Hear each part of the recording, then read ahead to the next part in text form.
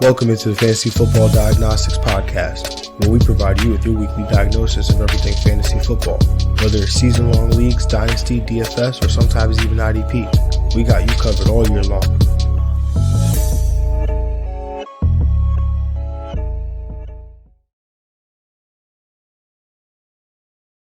Let's do it. Let's get to it. Welcome into the Fantasy Football Diagnostics Podcast.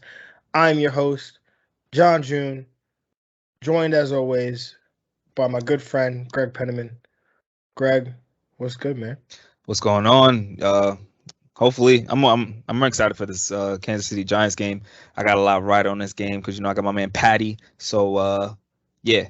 Also got the Giants kicker. A couple leagues got Kelsey, going against Kelsey in a couple leagues. So, yeah, this is a lot right on this game. But, yeah, I was excited about this week. It was definitely a lot of blowouts this year, but we got some entertaining games towards the end. Yeah, this week was weird. Another weird week. Yeah. I feel like we're in that point in the season where we thought we knew what we know, but then it's like, psych, just kidding. You don't actually know that. And then Grim Reaper injury, man, just came out of nowhere. Like, it's a sad day, man. Sad day. But it is a Monday. Monday as we record this, either Monday or Tuesday as you listen to this. But as always, we got to recap the week that was, break down some injuries, and then we're going to hit it with the waivers. So without further ado, let's just jump right into this week eight recap, starting with the quarterback position like we always do, starting with the number one quarterback on the week. Did not happen how I thought it would happen. It was a classic one, like a vintage Josh Allen one. Yeah, like old school Josh Allen. Yeah, like a 10-3 getting 25 points type stuff. Yeah. So I'm all in on Josh Allen, obviously, having been my quarterback start of the week. So this performance, I'll take it how I can get it. 29-42, 249 passing yards, 2 touchdowns. But as he always does, when he mixes up that rushing yards with that rushing touchdown and he gets 2 passing, that's a formula for my man to finish as the number one quarterback on the week. And he did just that with 29.5 PPR points. Greg, what were your thoughts on the performance here by Josh Allen? Yeah, it took a while. It took almost like 2 or 3 quarters for him to get going, and I was getting nervous, but yeah, he came through towards the end of the game, using Cole Beasley a lot on third down. That was awesome to really get him involved. And Josh Allen can do it all, man. So he was able to basically get a QB1 performance in a quarter. Like, that's amazing. Hey, man, took a page out of Jalen Hurts' book. Was able to get it done. Word. So I'll take it. The quarterback 2 on the week. Did not see this one coming, but Jimmy Garoppolo, 17 of 28, 322 passing yards, no touchdowns, no interceptions. So then you wonder, like, how does he finish as the number 2 quarterback? Well, 2 rushing touchdowns with 4 rushing yards. That'll do it. That'll help that happen. 27.3 PPR points here. Greg, what were your thoughts here by Jimmy G? Yeah, surprisingly, the game he thought was going to be absolutely horrible. It's actually turned out to be pretty entertaining. 30-22, like somewhat high-scoring game against Chicago. So he had to put up points. He was able to get 2 rushing touchdowns because he didn't get any passing. So that helped his day a lot for sure. Took away a huge boom day for Eli Milcher, though. He could have had so many touchdowns. Yeah, let's not even could have really used those touchdowns and leave extraordinary people. But moving on to the quarterback 3 on the week, man, and I'm not wearing this hat here for no reason, but my man Mike White. Did you know who Mike White was before this game, Greg? I mean, yeah, because he came in after when Zach Wilson got hurt last week, and then threw a touchdown to, well, he was in the game, but no, actually, in general, no, I don't know him at all. Yeah, Mike White, 5th-round draft pick of the Dallas Cowboys, Western Kentucky, also went to the University of South Florida. But Mike White, his first career start yesterday for the New York Jets, 37 of 45, 405 passing yards. Has not been done since Vinny Testaverde. And 3 touchdowns, 2 interceptions. Also called a 2-point conversion, 26.1 PPR points there for Mike White. He goes by another name in these parts, but I can't say his middle name on here because it's an expletive. So we'll leave your imagination. But Greg, what are your thoughts on this performance here by Mike White? Oh yeah, awesome performance. Probably the best spot start of the year. We'll probably see performance. He came in. Maybe Morris, he'll be starting more down the line. He's definitely starting Thursday. He great performance. 405 yards, 3 touchdowns. Got it to high completion percentage. And even last week when he came in relief, he can complete passes. He's pretty accurate. So it's good to see. He should be interesting Thursday night against the Colts.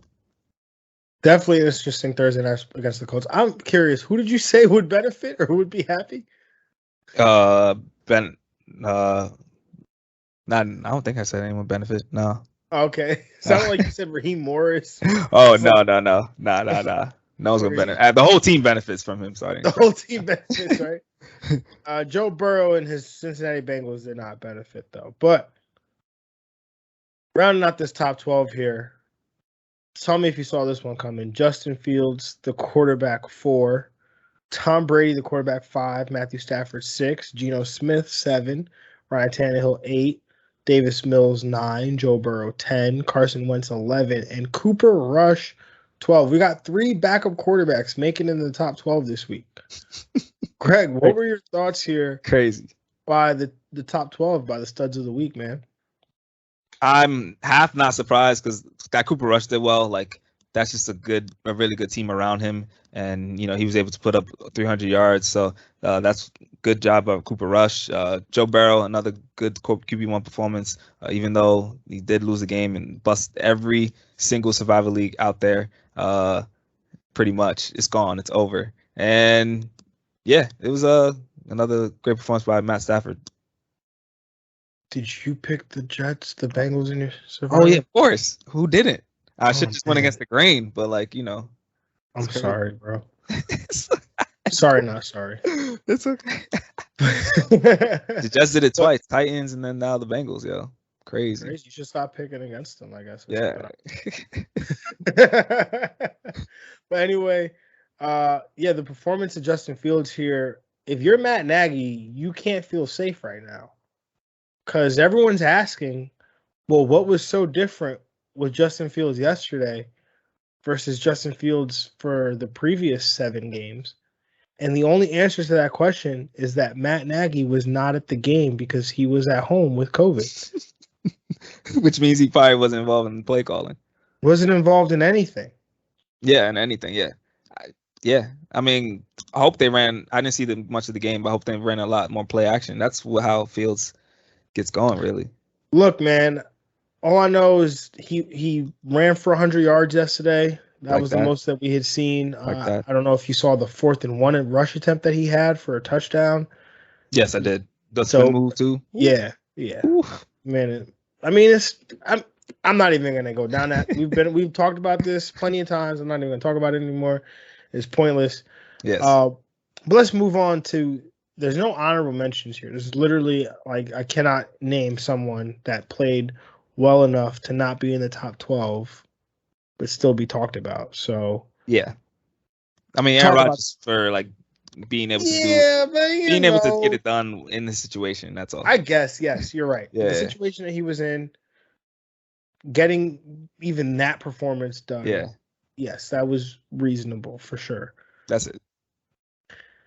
The Jags, though, those just the guys.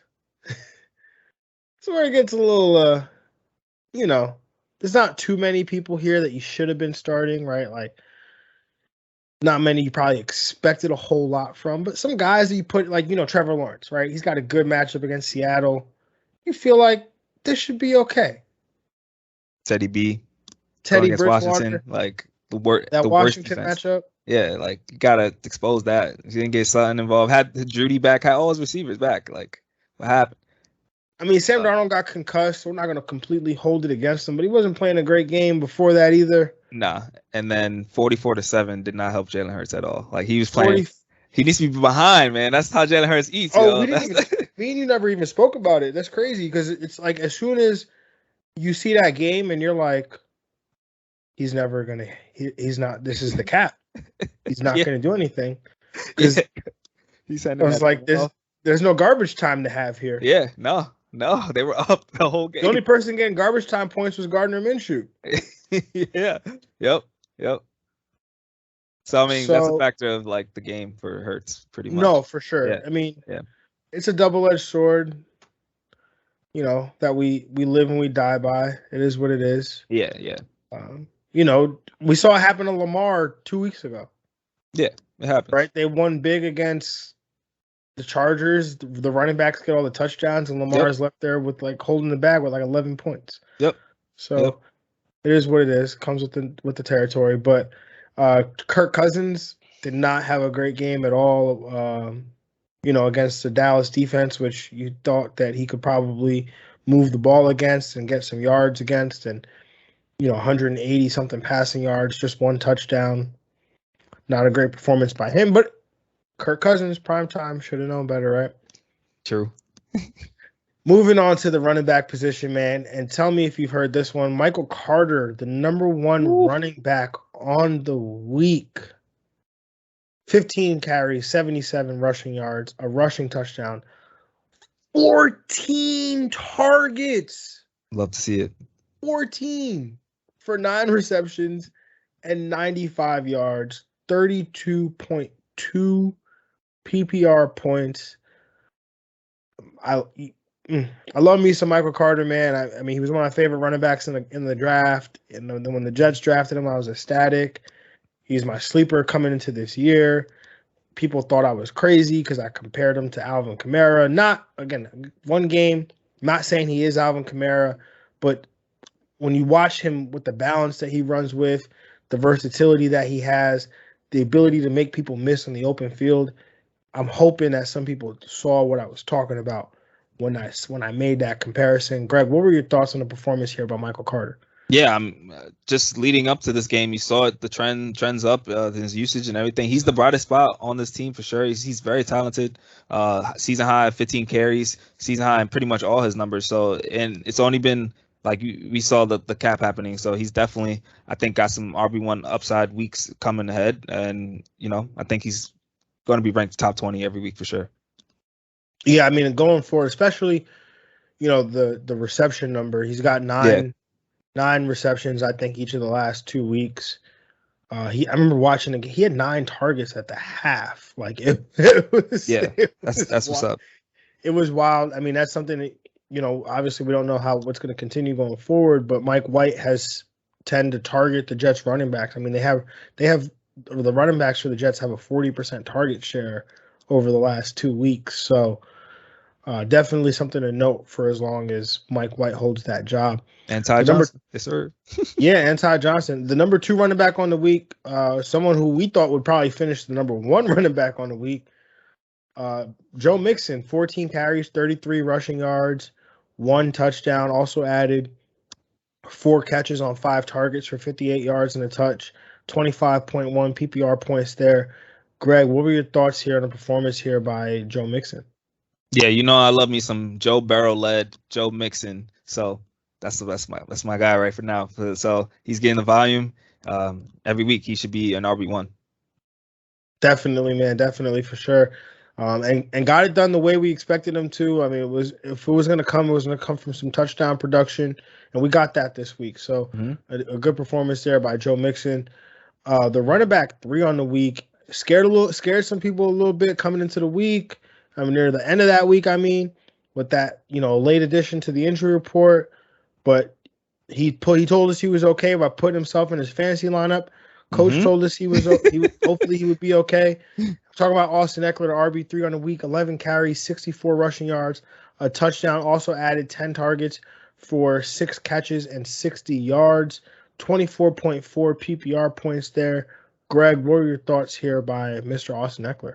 Yeah, great value as usual. 10 targets, his season high in that. So you love to see that number. 11 carries, only 64 yards. So he ran pretty well. He ran efficiently. But the reception work is why you love Austin Eckler. Did drop one that led to a Herbert pick, but he'll continue to be a good player. And I think Taysom Hill coming back, how that might affect Kamara. No Derrick Henry. Eckler might be, rest of season RB1. I don't know.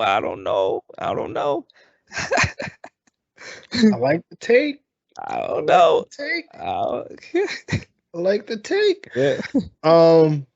Yeah, no, man, I really do. I mean, Taysom Hill, we know how that affects Kamara, and no Derrick Henry. I mean, Austin Eckler he's weekly 6 to 9 targets. We know what he's going to get in the run game, and he's getting these touchdown opportunities, which is what the bugaboo was for him over the previous few years. So add all that together, and there's no reason why, right? Yeah, in PPR, either him or Najee, I think. Yeah, half point JT we talking, but then yeah. I mean, even in full though, JT makes a case, man. True. You're right. I mean, JT was the number 2 running back, going into last week behind only Derrick Henry. That's true. Oh man, JT. But I do like the Austin Eckler one because the receptions, those are always going to be there. Rounding out this top 12, man. Aaron Jones, the RB4. Darrell Henderson 5, Jonathan Taylor 6, Najee Harris 7, Elijah Mitchell 8, Ty Johnson 9, Melvin Gordon 10, Cordero Patterson 11, and Boston Scott coming in at 12. Greg, any thoughts here on these guys that finish in that top 12 there? Yeah, I do love the names. Darrell Henderson again continuing to ball out. Amazing value at his position. And the Jets running backs, Ty Johnson getting in, as well as Michael Carter, and also the both running backs for the Eagles. Jordan Howard, honorable mention, pretty much. That's what I mean. Yeah, now Jordan Howard is down here as an honorable mention, as is J.D. McKissick and Carlos Hyde. McKissick. I don't want to hear about Washington running backs right now. We're going to talk about Washington running backs in a little bit, because I got a Jag on here that we got to talk about, unfortunately. Man. But, yeah, I mean, J.D. McKissick continues to have probably a safe role in this offense. Mm-hmm. Carlos Hyde probably, James Robinson was your start of the week, ends up getting banged up here. Carlos Hyde will probably end up being, the lead back for Jacksonville, whatever that's worth. It's Carlos. Says more about Carlos Hyde than it does about the starting running back for Jacksonville. Right. But, yeah, I mean, Elijah Mitchell continuing to have a good day. I mean, honestly, I'm at the point where I probably will sell Elijah Mitchell. I'm just saying you could get so much for him in this running back commodity right now, in this running back economy, I should say. Yeah, well, this week it was rough, yeah.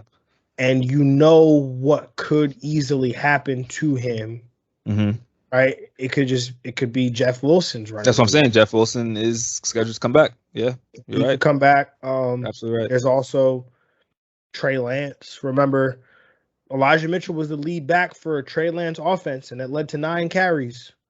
So, and the fact that Elijah Mitchell has 2 targets through 8 weeks, right? So, understand what you're getting yourself into when you roll Elijah Mitchell. I'm not saying to go trade him for something, for nothing, for anything, right? Saying make sure you go out and maybe you package Elijah Mitchell and a wide receiver to upgrade to a better running back, right? To a Darrell. I'd rather have Darrell Henderson week in and week out than Elijah Mitchell week in and week out, right? Just better role in the offense. So something to think about there. But let's talk about some Jags. And somebody you probably can't trade right now if you tried was my start of the week, because I'm just like, oh, he's healthy. Let's go. Let's rock and roll. Antonio Gibson. I don't know, Greg. You tell me. My man was not on the injury report, but gets out-touched by Jarrett Patterson and J.D. McKissick here. What are you doing if you're an Antonio Gibson manager? 33% snap share. Oh, I mean, I'm not dropping AG. Yeah, he's definitely the bench conversation. We could talk about that though. I think if you have maybe a better play in deeper leagues, you probably still have to start him. But I think in a more shallow league, he probably is a bench candidate right now for me. Oh yeah, we're past the point. This week 8 now. We're entering week 9. We're past the point of where your name or your draft capital earns you a starting spot. Like we've been left that train has been left the station. Yep. Right now, what we're discussing is, do you deserve to be on a roster? And I think with the way running back is, we talked about it, the economy. Like you can't not have AG on your roster. Like you have to keep that man on your roster. Yeah, he would be swooped up immediately if you dropped him, I think. Yeah, he would, because he plays running back, and people would be like, "Oh, Antonio Gibson," and they draft him, and like devil's advocate. Do you just put a minefield, a landmine out there for your opponents? Maybe. Hey. I mean, they do play Tampa next week. He's not going to do anything against Tampa. So you're like, oh, drop AG, let somebody spend like 50 to 100% of their fab. True. That's true. Do you have AG in our league? In the league of short people? Oh, okay, okay. I'm about to say you're plotting right now.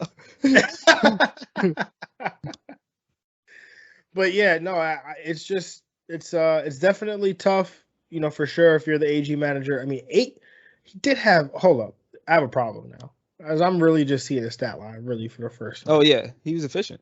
8 carries for 34 yards. Yeah, that's 4.2 a game. 4.2 an attempt. That's pretty good. All 3 of his targets for 20 yards. Yeah, he was. Yeah, I don't know.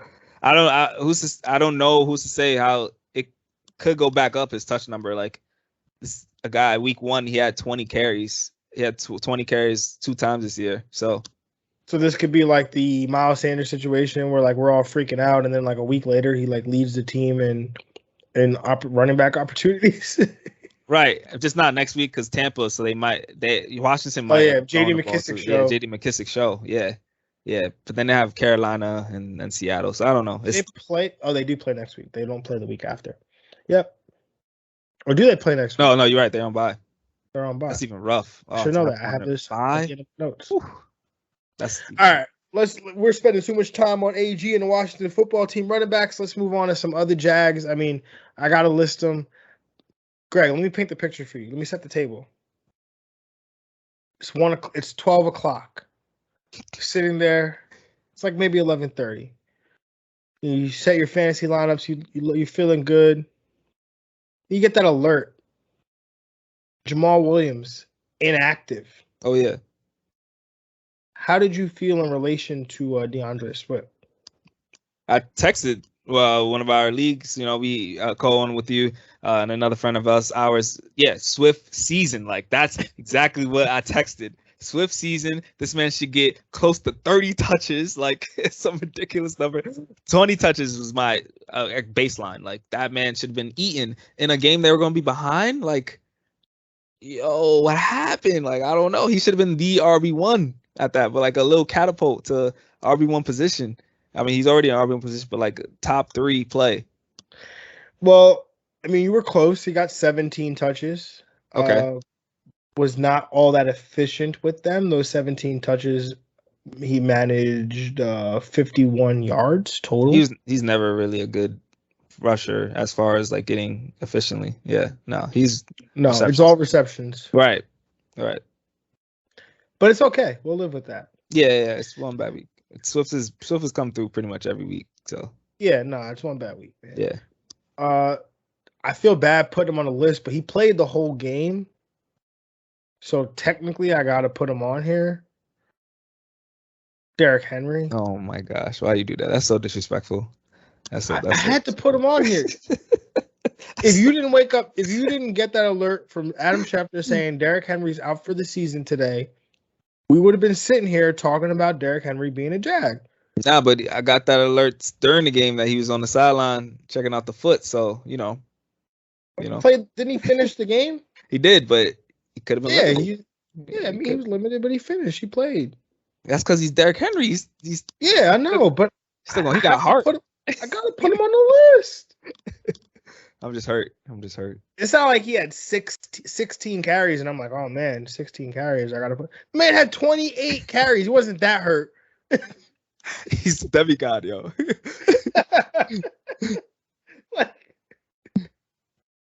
My man had 28 rush attempts. Leonard Fournette, not a good game. Alex Collins, like that one was weird. Only 10 carries. Got vultured on a rushing touchdown by Geno Smith. Greg, any other Jags for you at the running back position? Nah, that's Dalvin Cook, sorry, and that's it. And Nick Chubb. Oh yes, Dalvin Cook and Nick Chubb. Yeah. That's it really. Yeah, that's not good. Javonte Williams, I'll throw him out there because I keep throwing that one out there. It's not gonna hit. It's just not gonna hit. It's like injury or something else. It's not gonna hit. Yep. Okay. Moving on to the wide receiver position, man, and the number one wide receiver on the week, and we'll probably see this a lot more given the recent news. AJ Brown, 11 targets, 10 receptions, 155 yards. When I see a stat like that, they should throw him the ball more. They should have thrown it to him more. Yeah, I was like, why does he have more? Like, that's why I love like Matt Stafford and Cooper Kupp. Like, man, this man just keeps going to him. Like, he's just nonstop. Like, 155 receiving yards, a touchdown, 31.5 PPR points there. Greg, your thoughts? Beautiful. Like season high in snap share too, 92%. This is a great game. This is a statement game for AJ Brown. And yeah, this is only up from here. If you're able to buy low on AJB, God bless, man. God bless. Oh man, I wish. We talked about it too. Like, hey man, this might be a little buy low spot for AJB. Yeah. But no, it was definitely a phenomenal win. Helped me. AJB helped me get a win over you, Greg, in one of our wild leagues. Yes. So I was definitely fortunate to him. Another guy that was on that team, but also is on your team, and also one of the teams that we co-manage. Yeah, this is one of my guys. Yeah, it's one of our guys. Yeah. Michael Pittman Yes. Jr. We've been telling y'all for since last year. Yes. This dude was gonna be the man, and he's proving it. 15 targets, 10 receptions, yes. 86 yards, and 2 touchdowns. My man had the easiest. If you had Michael Pittman yesterday, by like 8 minutes in the first quarter, you're like, oh yes. I like the stuff right there. Yeah, I don't need you to do anything else today, Michael Pittman. You've done it. Because he scored 2 touchdowns on back-to-back plays within like 6 minutes. Probably 2 minutes of real life because of a turnover. So fantastic there, Michael Pittman. 30.6 PPR points. Greg, what were your thoughts here about Michael Pittman? Yeah, it's awesome. He's one of the best like jump ball receivers, man. He goes and gets that ball at the high point. So that's just amazing to have in fantasy because once he's just gonna start just throwing it to him every game, giving him at least a couple shots, like Burrow to Jamar Chase. So yeah, he's got wide receiver 1 upside. Ty got hurt again. I think he's a borderline wide receiver 1. He definitely is a wide receiver 1. When we talk about wide receivers that are seeing, again, we talk about that number 30% targets of the team targets, and he sees that every week almost. Michael Pittman Jr. is an absolute stud. Reminds me of a young Brandon Marshall in a way. Okay. His ability to go up and get the ball, but even after the catch, some of the stuff he does after the catch is so good. Yeah, love me some Michael Pittman Jr. About the Colts, man, they got Michael Pittman Jr. and Jonathan Taylor for like the next 10 years. Yeah, that's beautiful. They just need to get Frank Reich once out of there.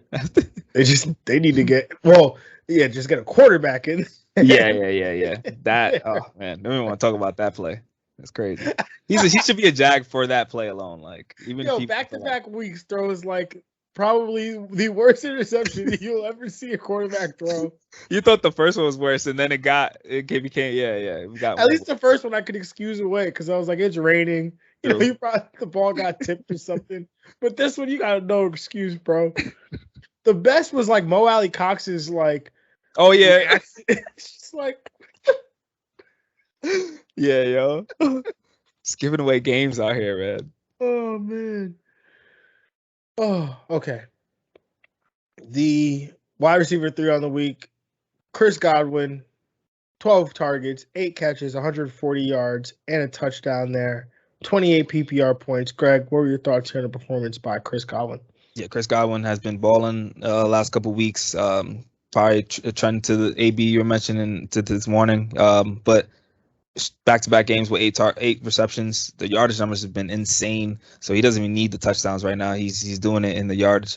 Continue to roll out. I mean, he has a bye in week 9. AB is expected back in week 10. So, and they play Washington. So I think all of them will eat probably. So you love Godwin. Yeah, man. Chris Godwin's been balling, especially. I mean, the thing is, we always knew Godwin is not a bad player. It's not like Godwin is a bad player by any stretch.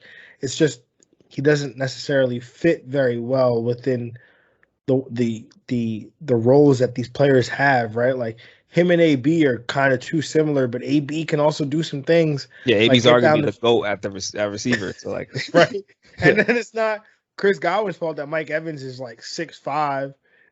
Yep. Yeah. oh, we're down to the red zone. All right, Mike, let's go. Like, yo, Brady has it so good, man. Oh, when all three are there with Gronk, oh, it's just nice. It's just beautiful. Crazy stuff, man. But rounding out this top 12, man, Amari Cooper tying with Tyler Lockett for the wide receiver 4 position. Cooper Kupp, what happened to you, man? Coming in as the wide receiver 6. Deebo Samuel coming in at 7. DK Metcalf 8. Cole Beasley 9. Robert Woods 10. Brandon Cooks 11. And Adam Thielen coming in as the wide receiver 12. Greg, any of these stud performances stuck out to you? I just like that all these names are like really names you would like draft highs. Like Cole Beasley's one of the sleepers, but yeah, other than that, these are the guys you took. Brandon Cooks coming back, bouncing back, and just continuing to be relevant in this offense. It's really hard to do on a bad team, and pick up some. Yeah, man, definitely. Like to your point, there's some recognizable names on here. Some guys that you probably came away drafting. Deebo Samuel, man, he's on a run. My man is on pace for almost 2,000. He's almost on pace for over 1,900 receiving yards right now. Deebo Samuel is. Crazy stuff. Yeah, no, I mean, yeah, this is what we Brandon could have been, but crazy. Just could you share some with him, Deebo? Like, just give him some yards. It's the 49ers' fault for drafting Deebo and drafting you. They're the same. Like, they're the same. Like, bro, but we could go on the whole thing with Ayuk, bro. But like, my man played yesterday. Had a decent. Got 2-point conversion. There you go. Same. But honorable mentions out here. Tyler Boyd just showing us all wrong. Right? I know. Crazy stuff, man. Cedric Wilson, who's secretly becoming like one of my favorite players in the league. Oh, really? That's what's up. That's what's secretly. up. Yeah. You know me, Greg. I love versatility. Yeah. Did you see? I know you said you didn't watch the whole game yesterday, but did you see the play he made when they called the wide receiver pass? Yeah, I did. Yeah. And he's like rolling out, and he's like, "Oh no, I'm not gonna throw it." And he rolls out again, and he's like, "Oh, okay." And it's like, to see him do that, like in an NFL game, like as composed as he was in that moment, and to complete that ball on the run, like saw some we saw some quarterbacks make some plays yesterday. Yeah, that in that situation probably don't make that play.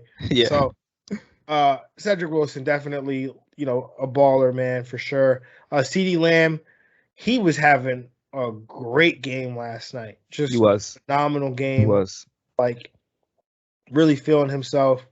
And then Jamal Agnew, I just threw him out here because did help me beat Greg yesterday. Yeah. But also had 12 targets. Yeah. No, you love the target number. He's definitely on that waiver wire section. Love it. Moving on to the Jags, though, man, and it wasn't all good for your boy John yesterday, man. Emmanuel Sanders with a big fat donut for my start of the week. So 4 targets. One of them apparently, Josh Allen forgot how to throw a deep ball and put too much mustard on it. But DJ Moore, also your wide receiver start of the week, did not have himself a great game either. Yep. Cortland Sutton. Yeah. That was a tough Justin one. Jefferson. I mean, I Tough thought one. Justin Jefferson was going to have himself a day yesterday. Low key, he was going to be my start of the week. So I guess really couldn't have ended up in a good spot for me either way. But Laviska Shenault, not a great game for him either. Terry I mean, McLaurin. Terry McLaurin, Mike Williams. Is Allen Robinson over 50%? I was going to ask you a question. I was legit about to ask you this question. Does Allen Robinson still count for this segment? Because if he's over 50%, yes, he is. Because people should not be having. I thought we would drop both of them droppable. He is 85% rostered, yo. People are still holding on. Yeah, I know from experience. He was like one of those guys. Like if I need a roster spot, I'm gonna cut Allen Robinson today. Yeah, you could pick Elijah Moore for him, yo. I think the part that's I dropped Elijah Moore earlier in the week, so there's that.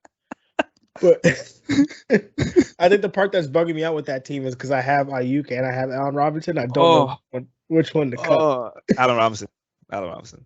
Is it though? Because then you look and you see the 25%. I'd rather be attached to. I still rather be attached to the 49ers than the Bears. But I feel like I should just cut my losses. I don't know. We'll see how it works out once all the bye weeks get figured out.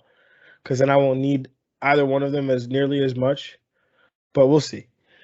But does Allen Robinson belong on the segment? He belongs on the segment, right? Yeah. He's 85% roster. Yeah, for sure. 85% rostered. Allen Robinson, you're a Jag. Yeah. I mean, you were a Jag, like a Jaguar, but now you're a just a guy.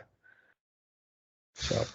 Dag, yo, it's really the turn crazy. He was drafted as a wide receiver 1. Whew. We thought we would get 150 targets.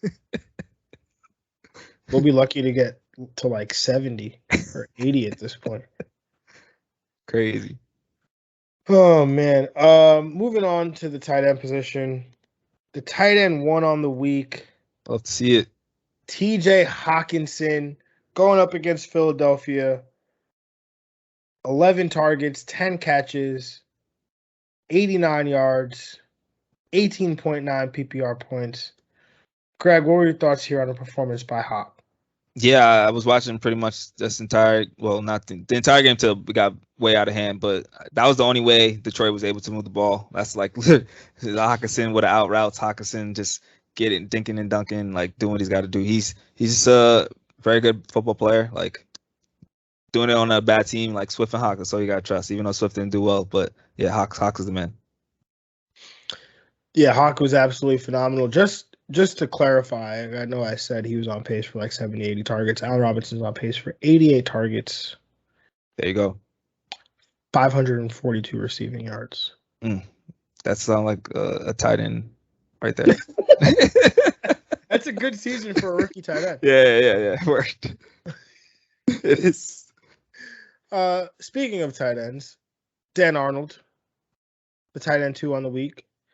Telling you, man, Dan Arnold every week, man. He gets 5 targets at least every week. This week he got 10, 8 catches, 68 yards, no touchdowns, but 14.8 PPR points. Greg, what were your thoughts here by Dan Arnold? Yeah, it's a great performance by him. Like he's giving you tight end 1 weeks. I think if you're having injury with the bye weeks and stuff, he's definitely a guy that you should definitely pick up. I mean, and grab. He's definitely on also the waiver wire sec too. So yeah.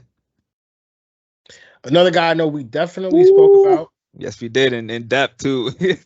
Pat Freiermuth. Yeah.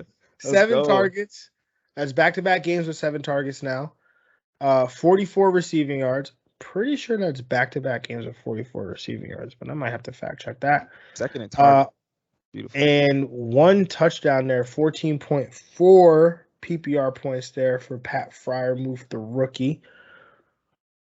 44 this week, 58 the week before. But Greg, what were your thoughts here on the performance by the rookie Pat Freiermuth? Yeah, this was a classic case of just reading his data, reading his trends. He was just trending up and got you another tight end 1 week. Again, continue to have tight end 1 upside every week. And especially with this target number, he should be like definitely a sleeper tight end you can go grab because he's definitely out there. Definitely agree with that. Eric Ebron also was inactive yesterday, so that definitely helped the case there. So, I totally expect him to play the season high in snap share yesterday. Totally expect him to continue to take over as the tight end 1 here in Pittsburgh. Get Chicago next week, so definitely like that. Let's move on to rounding out the top 12 here. The tight end 4, Dallas Goedert. 5, Brevin Jordan. 6, Jesse James. 7, Jeff Swaim. 8, Tyler Conklin. 9, Jordan Akins. 10, Tyler Croft. 11, Mike Gesicki. 12, Jack Doyle. 2 catches, 12 yards, and a touchdown. That's all it took to become a tight end 1. Yeah, this is a weird week for tight ends, for sure. Hopefully, Travis Kelce could save us tonight and just be like for the tight ends and just be number 1. Yeah, just be at less than 15 points. That's all. But Greg, any of these tight ends performances stuck out? I know Tyler Conklin, somebody you've been banging the drum for. Yes, sir. And a guy that for TJ Hawk managers, that would have been good to get him because he's got Baltimore next week. So yeah, definitely like him. Definitely, man. And then some Jags on the week because we almost never have honorable mentions at the tight end position unless it's National Tight End Day. Yeah. That's the only time that they like to all do well at the same time. Kyle Pitts, crash down to earth was real. Yes, definitely. Especially without Ridley. Like, you thought it would just keep going up. I mean, I still trust it. Without Ridley now, I still like it. Still love it for him. No, definitely, absolutely. Also forgot to mention Russell Gage in the the Jag section because people ran. Yeah, once Ridley went out, they started him. Ad. That's that popular Sunday morning ad. You thought, yeah. So a lot of lineups with that. Zeros. That's tough. But Kyle Pitts, could have been the first rookie tight end. Could have been the first tight end in NFL history to have 3 straight 100-yard receiving games as a rookie. Would have been really nice to see that. Didn't happen. That just shows the season he's having. Like he's over pace for what rookie tight end should be doing. So it's only up. No, Kyle Pitts has absolutely been phenomenal, like we kind of talked about last week. Rookie tight end has had a good season when they've had 500 yards. Right. Kyle Pitts has 484. Yeah. So through 7 games. So yeah, you live and you learn. You take those. It's part of the nature of the beast. It's part of the business. So Dalton Schultz did not come through. Dak wasn't playing though, so it's kind of tough. That's true. No fan. Yep. Ricky Seals-Jones. Yep. Ricky Seals. People really rely on him too. DJ Uzama. Yeah, Dak, man. Gronk for Tyler just Higbee, if you put him in. Those are starts of the week right there. Tyler Higbee, Hunter Henry. Yeah, and Gronk, if you're able, like, if you had Gronk and you're like, oh, he's playing, and then you put him in, and then he gets hurt again. Back spasms, 4 plays into the game. Yep, that's tough. Unfortunate. Cole Kmet, also, I'm gonna throw him out there because I was. He has 6 targets though. Yeah, he has like 6 or 7 targets every week. Tyler Higbee is my start of the week. Yeah, no, to him and Hunter Henry both are starts of the week. Yeah. They didn't have a great day. All right, moving on to the injuries and the big one, the one that shook the fantasy nation. Derrick Henry, season-ending foot injury, had foot surgery this morning. The timeline was put out 6 to 10 weeks. We just finished week 8. 10 weeks would put us at the end of the season.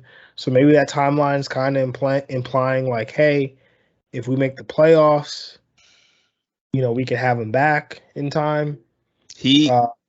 Best case scenario is back for fantasy semifinals.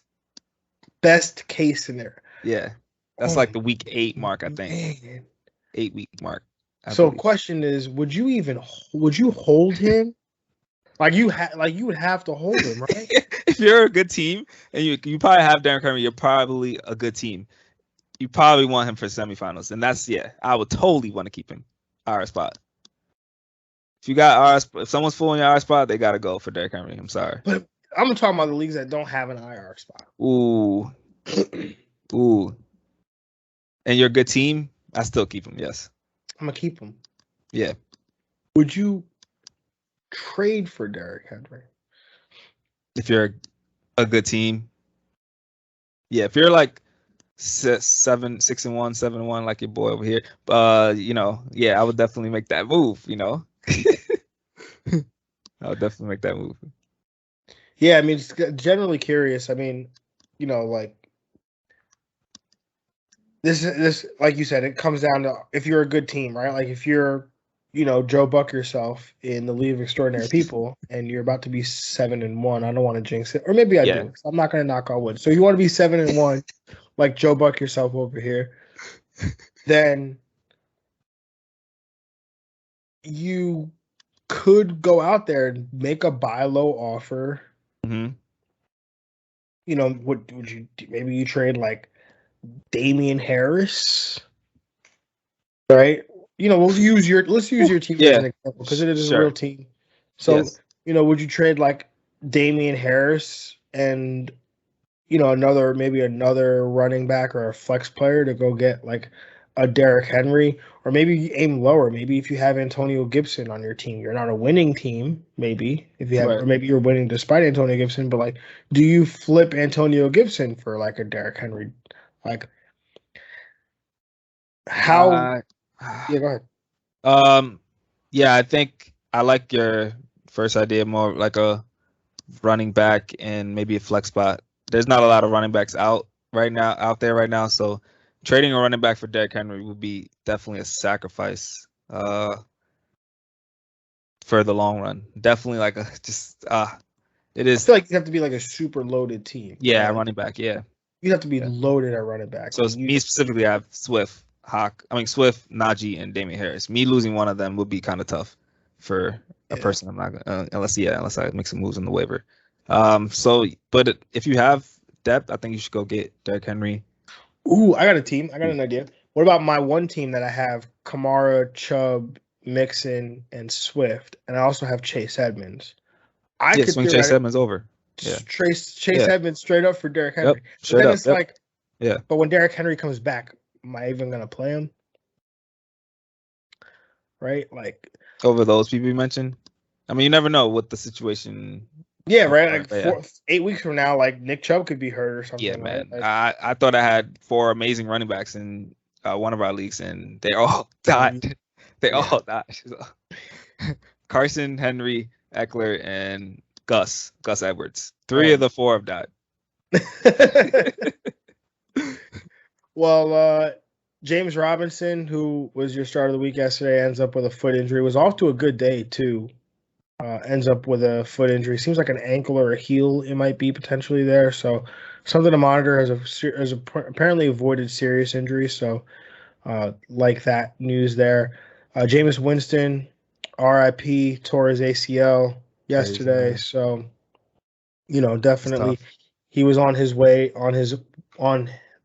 his way to having a very good season for Jameis Winston. He's put up big numbers before, but the issues that have plagued him in previous years was always turnovers, and he evaded those for most of the year this year. Trying to pull up his stats here as we speak. But, 14 touchdowns to 3 interceptions, like that's the best ratio of his career. Yeah, he was playing well. Like I'm very hurt. Especially if you had 2 quarterbacks and he was your second quarterback on the roster, or 2 quarterback leagues where he was your third quarterback on the roster. That's a tough one to take. And then T.Y. Hilton out with a concussion, suffered a concussion on Sunday. My man can't catch a break, bro. Nah, man, he's the James Conner of wide receivers, man. I mean, even though Conner's even healthy now, it's crazy. So he's out with a concussion. Kyler Murray is might be out for 1 or 2 weeks. Possibly. Wow, would you look at that? We talked about it, how people were going to forget, and yours truly forgot that Kyler Murray was injured. So, there's that situation that we're dealing with there. So, definitely want to monitor that. Another situation, Calvin Ridley. He is probably going to be out for the foreseeable future. Yep. Was out on just the story on Calvin Ridley, if people don't know, He missed week 5. The London game, yep. The London game against the Jets at the time for personal reasons. It was then since uncovered that the Falcons gave him 2 weeks off to help, for him to focus on his mental health. And so the Falcons, big ups to them for that, for, allowing him, the paid leave to be away from the team for however long as he needed to be able to work on, whatever he needed to work on. And they brought him back. He came back for a week, and, they put him out again this week, again, due to personal reasons. And he put out a statement saying, he's going to take some time away from football to focus on, his mental health. And so, definitely wish Calvin Ridley all the best. But from a fantasy perspective, you just got to plan to be without Calvin Ridley for quite some time. And this is a delicate situation. Don't know how, not really is really unprecedented in terms of, how the team should handle it going forward. Like, do you put a player like him? Do they put a player like him on IR because it's not an injury, right? So like, there's no, oh, well, he could be back in 2 weeks. Like, you don't know how long he could be out for. Could he come back and say, hey, I only need 1 week or 2 weeks? Like, there's no reason to put me on IR. So literally, it's a very fluid situation, but I would just, as we get news, as it trickles in, I would just react to that way. Yeah. That's probably a tough situation for if you have him on your roster more than like a Derrick Henry situation. Like, what are you gonna do with that? Because he's different from Derrick Henry. He has no timetable of return. So you're just having him on your bench right now. So that's a tough situation. Yeah, definitely. Greg, where are we at in terms of the waivers? Let's talk running backs. I know we obviously Derrick Henry, the James Robinson news. So what are we dealing with at running back this week? Yeah, there's a lot of names. I'm gonna just mention them quick, and then we can talk about how we want to rank them. Carlos Hyde, of course, because of the James Robinson injury. Adrian Peterson got signed to the practice squad of the Tennessee Titans. So him and Jeremy McNichols are a name. Adrian Peterson, I'm assuming they signed him to be the early down guy. The Titans did come out. Mike Vrabel said we're still going to do what we do. I don't know what that means, but if they want to run the ball, Adrian Peterson, I think is a speculative ad. Jeremy McNichols as well. Jordan Howard, Boston Scott. That situation as well. Both those guys traded touchdowns all game. So they ran very well against a Detroit Lions team whose rush defense is pretty bad. So if you also be a possible ads, Todd Johnson, especially in deeper leagues and just kind of, I think, in more shallow leagues as well, in PPR leagues for sure. He's going to get a lot of targets, especially if Mike White can continue to play the way he's playing. And Jared Patterson, that's the last name. He's got a certain number of carries, especially with the AG manager. I think that's definitely an ad for you. Yeah, I don't know. It's tough because we know that there's, obviously running backs that are, that are unavailable. And, just to throw out the teams that are on bye this week, the Detroit Lions, the Seattle Seahawks, the Tampa Bay Buccaneers, and the Washington football team. So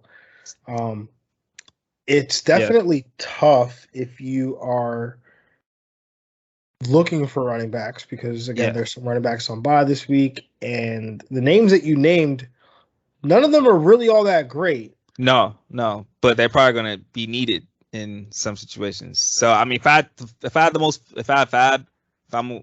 my fab I would want to spend is probably on Adrian Peterson. Like, am I spending that much to go with Adrian Peterson? Right, that's what I'm saying. Yeah, like, I'm gonna spend all that money on AP. I think I would rather just go get Jeremy McNichols for whatever it costs. Like, not whatever it costs, but like, I would probably be willing to spend on $100 budget. I'd probably be willing to spend about like 15% of my fab. Yeah, I think I'm with you with that. And then probably Carlos Hyde after that. Yeah. But like, so the thing with McNichols is that like, there's no Darrington Evans, right? Because he was put back on IR last week. Yep. There's no Derrick Henry. The only reason this team was running the ball as much as they did is because they have Derrick Henry. Right. Like you're not gonna like sign AP and be like, oh hey AP, we're gonna give you 28 carries that we were giving to Derrick Henry. Like, it's not gonna happen. 15 though. 15 definitely. Yeah, I like but that. That also makes me think that McNichols sees some work, and McNichols is the passing down back because we know it's not going to be AP.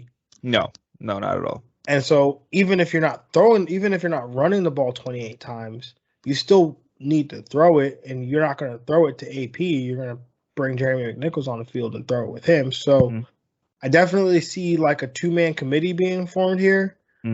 But I think that Jeremy McNichols, especially from a PPR perspective, probably has the safer, like the more bankable role. Yeah, I agree.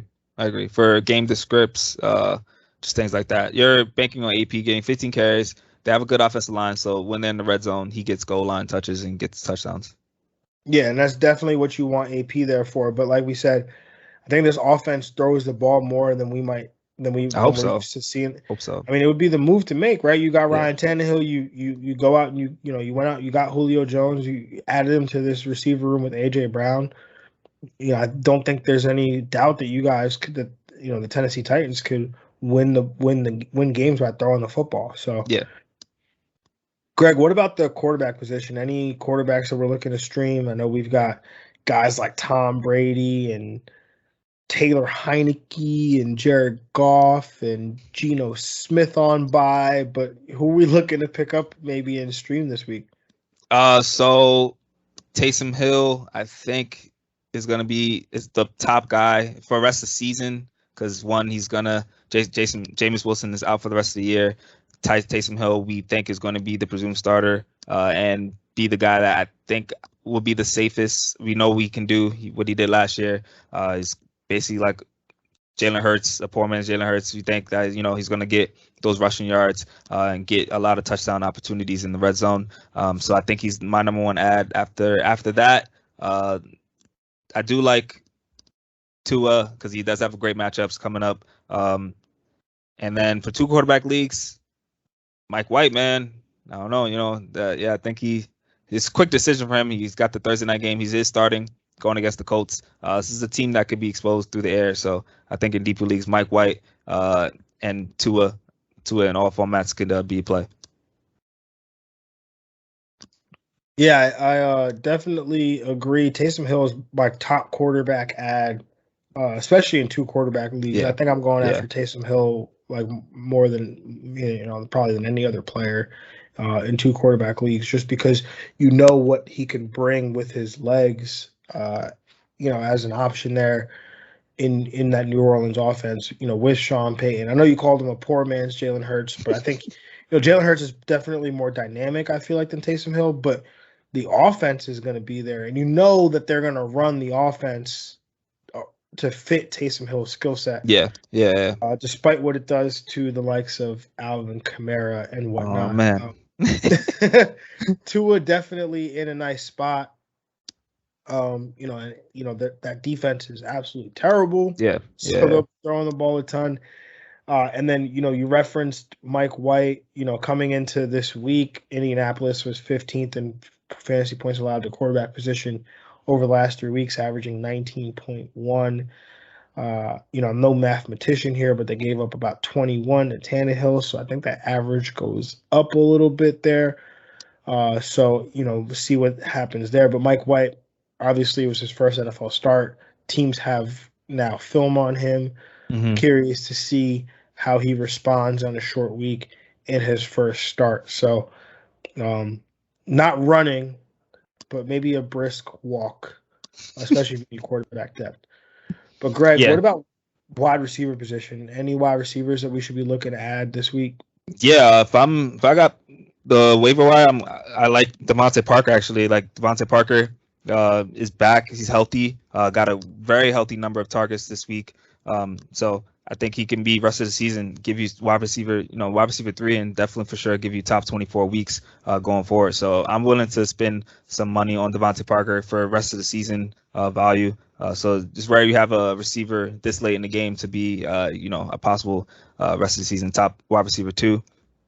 Jamal Agnew. After that, Jamal Agnew, Jameson Crowder, and Darnell Mooney. Those are probably guys you can probably, look to add if you need some wide receiver depth because of the target share that Jamal Agnew and Crowder are getting. And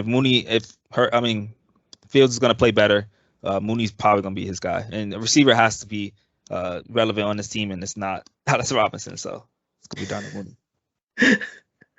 I'm just saying 25% of the team targets. I'm hold on to that number forever.